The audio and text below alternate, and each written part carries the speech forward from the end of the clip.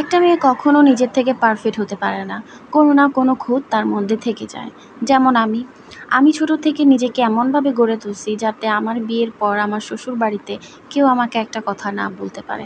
যেমন আমার মা আমাকে শিখিয়েছে যে কখনো যাতে আমাকে বিয়ে দিলে আমার শ্বশুরবাড়ির থেকে কেউ জানি একটা কথা আমার মাকে বলতে না পারে যে আপনার মেয়েকে কোনো কাজ শেখান নাই, আপনার মেয়ে কিছু জানে না। এর জন্য আমার মা ছোট থেকে আমাকে এমনভাবে তৈরি করছে যাতে আমি কোনোদিনও আমার জন্য কেউ কোনো কথা না বলতে পারে। তো যেভাবে আমাকে বড় করছে সেভাবেই বড় হইছি, বরং তার থেকে আরও বেটারভাবে নিজেরা তৈরি করছি। একটা মেয়ের যতটুকু গুণ থাকা দরকার তার থেকে বেশি নিজেকে তৈরি করে ফেলছি, যাতে কেউ বলতে না পারে যে এই মেয়ের এই গুণ নাই বা এই সমস্যা সেই সমস্যা। যেরকম পড়াশোনা সেরকম রূপ, সেরকম জ্ঞান, কাজ সব কিছুতেই নিজেকে পারদর্শী করার পরেও শ্বশুরবাড়িতে সংসার করতে পারিনি।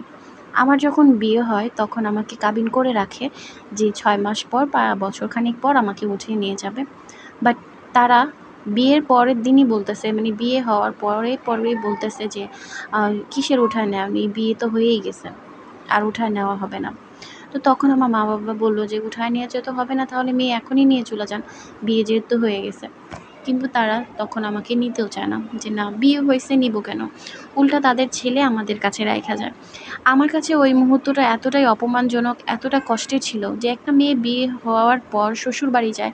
বাট আমার ভাগ্য এমন একটা জিনিস যে আমার বিয়ে হওয়ার পর আমার শ্বশুরবাড়ি নসিবে হইল না, বরং আমার হাজব্যান্ডকে তার বাবা মা আরও আমাদের বাসায় দিয়ে গেল। এই জিনিসটা চিন্তা করে করে আমি অনেক ডিপ্রেশনের মধ্যে থাকতাম, যে আমি চাইতাম যে আমার লাইফটা এমন একটা হবে, আমার আরাম আয়েশ সুন্দর একটা জীবন, আমার গোছানো একটা সংসার, শ্বশুর শাশুড়ি সব কিছু নিয়ে আমার একটা সুন্দর একটা পরিবার থাকবে। কিন্তু কে জানে আমার জীবনে যে সংসার নাই। বাবার বাড়িতে শুরু থেকে শেষ অবধি, এখন অবধি বাবার বাড়িতে। এইরকম অবস্থায় ৩ বছর থাকার পর হাজব্যান্ডের সাথে ডিভোর্স হয়। আর হাজব্যান্ড এক পর্যায়ে নিজের ইচ্ছাকৃতভাবেই আমাদের থেকে চলে যায়। যখন আমাদের ডিভোর্স হয় তখন আমাদের ছেলের বয়স মাত্র ২ বছর। এই ২ বছর থেকে এখন ছেলের বয়স ৫.৫ বছর। এই অবধি আমার হাজব্যান্ড আমার ছেলের প্রতি কোনো খেয়াল, কোনো দায়িত্ব, কোনো কিছুই নেয়নি। বরং সে নতুন করে জীবন শুরু করে ফেলছে অন্য এক নারীর সাথে। কিন্তু আমি তো মা, আমি তো পারি না আমার ছেলেকে রেখে অন্য কোথায় নিজের স্বপ্ন নতুন করে শুরু করতে। বাট তারপরেও চেষ্টা করি যাতে আমার সন্তানকে আমি যাতে মানুষের মতন মানুষ করতে পারি। আমার সন্তানের থেকে যাতে অন্য কোনো নারী, অন্য কোনো মেয়ে, অন্য কোনো পরিবার যাতে কষ্ট না পায়, যতটা কষ্ট আমি আমার পরিবার, আমার হাজব্যান্ডের থেকে পেয়েছিলাম। তো আজকে ছোট্ট একটা কাহিনী নিজের সম্পর্কে বললাম। ভিডিওটা যদি ভালো লেগে থাকে অবশ্যই ইউটিউব চ্যানেলটাকে সাবস্ক্রাইব করে দিবেন, পাশে থাকা বেল আইকনটি বাজিয়ে দিবেন নিত্য নতুন ভিডিও সবার আগে পাওয়ার জন্য।